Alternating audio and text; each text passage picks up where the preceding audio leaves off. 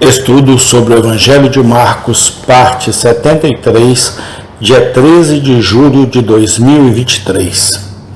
Marcos, capítulo 16, do versículo 1 a 8. Passado o sábado, Maria Madalena, Maria mãe de Tiago e Salomé compraram aromas para irem ungí-lo. E muito cedo, no primeiro dia da semana, quando o sol já havia nascido, elas foram ao túmulo. E diziam umas às outras: quem nos removerá a pedra da entrada do sepulcro? E olhando para cima, elas viram que a pedra havia sido rolada. Era muito grande. E entrando no sepulcro, viram um jovem sentado à direita, vestido com uma túnica branca, e ficaram alarmadas. E ele lhes disse: não se assustem.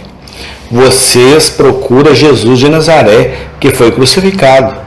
Ele ressuscitou, ele não está aqui. Veja o lugar onde o puseram. Mas vá, diga a seus discípulos e a Pedro que ele irá adiante de vocês para a Galiléia. Lá vocês vão vê-los, assim como ele lhe disse. E elas saíram e fugiram do sepulcro, porque o tremor e o espanto as tomaram. E não disseram nada a ninguém, porque estavam com medo. Marcos 16, do versículo 1 a 8. Observemos nesta passagem o poder do forte amor a Cristo. Temos uma ilustração convincente disso na conduta de Maria Madalena e da outra Maria que Marcos registra aqui. Ele nos diz que elas compraram aromas suaves para ungir nosso Senhor e que de manhã cedo, no primeiro dia da semana, elas chegaram ao sepulcro ao nascer do sol. Podemos muito bem acreditar que foi necessária grande coragem para fazer isso. Visitar a sepultura no crepúsculo, tênue de um amanhecer no leste, seria tentar a maioria das mulheres sob quaisquer circunstâncias. Mas visitar o túmulo de alguém que havia sido condenado à morte como malfeitor comum e levantar-se cedo para honrar alguém que sua nação desprezava, isso era realmente uma grande ousadia.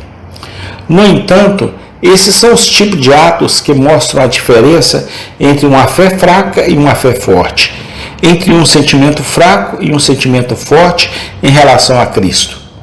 Essas santas mulheres provaram das misericórdias perdoadoras de nosso Senhor. Seus corações estavam cheios de gratidão a Ele por luz, esperança, conforto e paz. Elas estavam dispostas a arriscar todas as consequências ao testemunhar sua afeição ao Salvador. Tão verdadeiras são as palavras dos cânticos. Por que vimos tão pouco desse forte amor a Jesus entre os cristãos de hoje? Como raramente nos encontramos com santos que enfrentarão qualquer perigo e passarão por fogo e água por amor a Cristo? Há apenas uma resposta. É a fé fraca, é o baixo senso de obrigação para com Cristo que prevalecem tão amplamente. Um senso baixo e fraco do pecado sempre produzirá um senso baixo e fraco do valor da salvação. Um leve senso da nossa dívida para com Deus sempre será acompanhado por um leve senso do que devemos para nossa redenção. É um homem que se sente muito perdoado que ama muito, a quem pouco se perdoa ou mesmo pouco ama. Lucas 7,47. Observemos em segundo lugar nesta passagem como as dificuldades que os cristãos temem às vezes desaparecem à medida que se aproximam delas. Essas mulheres santas, enquanto caminhavam para o túmulo de nosso Senhor, estavam cheias de medo sobre a pedra na porta. Disseram entre si: quem removerá a pedra da porta do sepulcro? Mas seus temores eram desnecessários. Descobriu-se que o problema esperado não existia. Quando olharam, viram que a pedra havia sido removida. Que emblema marcante temos nesta narrativa simples da experiência de muitos cristãos. Quantas vezes os crentes são oprimidos e abatidos pela antecipação dos males, e ainda assim, no momento da necessidade, encontram a coisa que temiam removida e a pedra removida. Uma grande proporção das ansiedades de um santo surgem de coisas que nunca realmente acontecem. Antecipamos todas as possibilidades da jornada rumo ao céu. Evocamos em nossa imaginação todo tipo de cruzes e obstáculos. Carregamos mentalmente os problemas de amanhã, assim como os de hoje. E muitas vezes descobrimos no final que nossas dúvidas e alarmes eram infundadas e que a coisa que mais temíamos nunca aconteceu. Oremos por uma fé mais prática. Vamos acreditar que no caminho do dever nunca seremos totalmente abandonados. Avancemos com ousadia e muitas vezes descobriremos que o leão no caminho está acorrentado e o que parece ser uma cerca de espinhos é apenas uma sombra. Observemos em terceiro lugar nesta passagem que os amigos de Cristo não têm motivo para temer os anjos. Dizem-nos que quando Maria Madalena e sua companheira viram um anjo sentado no sepulcro, ficaram com medo. Mas elas foram imediatamente tranquilizadas por suas palavras. Não se assuste, você está procurando Jesus, o Nazareno que foi crucificado. Ele ressuscitou, ele não está aqui. A lição à primeira vista pode parecer de pouca importância. Não vemos visões de anjos nos dias atuais. Não esperamos vê-los, mas a lição é uma que podemos achar útil em algum momento futuro. Aproxima-se o dia em que o Senhor Jesus virá novamente para julgar o mundo com todos os anjos ao seu redor. Os anjos naquele dia reunirão seus eleitos dos quatro ventos. Os anjos reunirão o joio em feixes para queimá-lo. Os anjos recolherão o trigo de Deus em seu celeiro. Aqueles a quem os anjos levarem, eles levarão a glória, honra e imortalidade. Aqueles que eles deixarem para trás serão deixados para vergonha e desprezo eterno.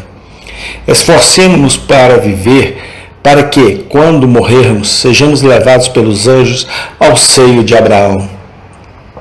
Esforcemo-nos para ser conhecidos dos anjos como aqueles que buscam Jesus e o amam neste mundo, e assim são herdeiros da salvação.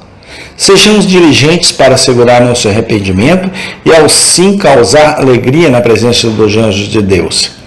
Então, quer acordemos ou durmamos, quando a voz do arcanjo for ouvida, não teremos motivos para temer. Ressuscitaremos de nossa sepultura e veremos nos anjos nossos amigos e companheiros de serviço, em cuja companhia passaremos uma eternidade abençoada. Observemos por último nesta passagem a extrema bondade de Deus para com seus servos apóstatas. A mensagem que o anjo transmite é uma ilustração impressionante dessa verdade. Maria Madalena e a outra Maria foram convidadas a dizer aos discípulos que Jesus vai adiante deles para a Galileia e que lá o verão.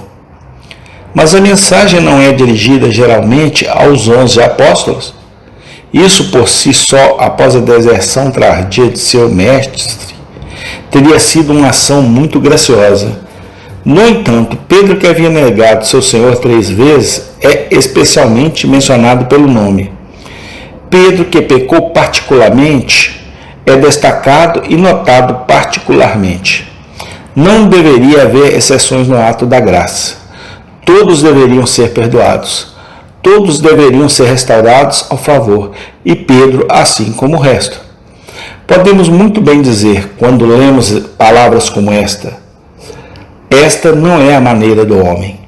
Em nenhum ponto, talvez, nossas visões da religião sejam tão estreitas, baixas e contraídas como no ponto da extrema disposição de Deus de perdoar os pecadores penitentes. Pensamos nele como alguém como nós mesmos. Esquecemos que ele se deleita na misericórdia. Miqueias 7,18. Deixemos a passagem com a determinação de abrir bem a porta da misericórdia aos pecadores, em todo o nosso falar e ensinar sobre religião. Não menos importante Vamos deixá-lo com a resolução de nunca ser implacável para com nossos semelhantes. Se Cristo está tão pronto para nos perdoar, devemos estar muito prontos para perdoar os outros. Amém e amém. Deus vos abençoe.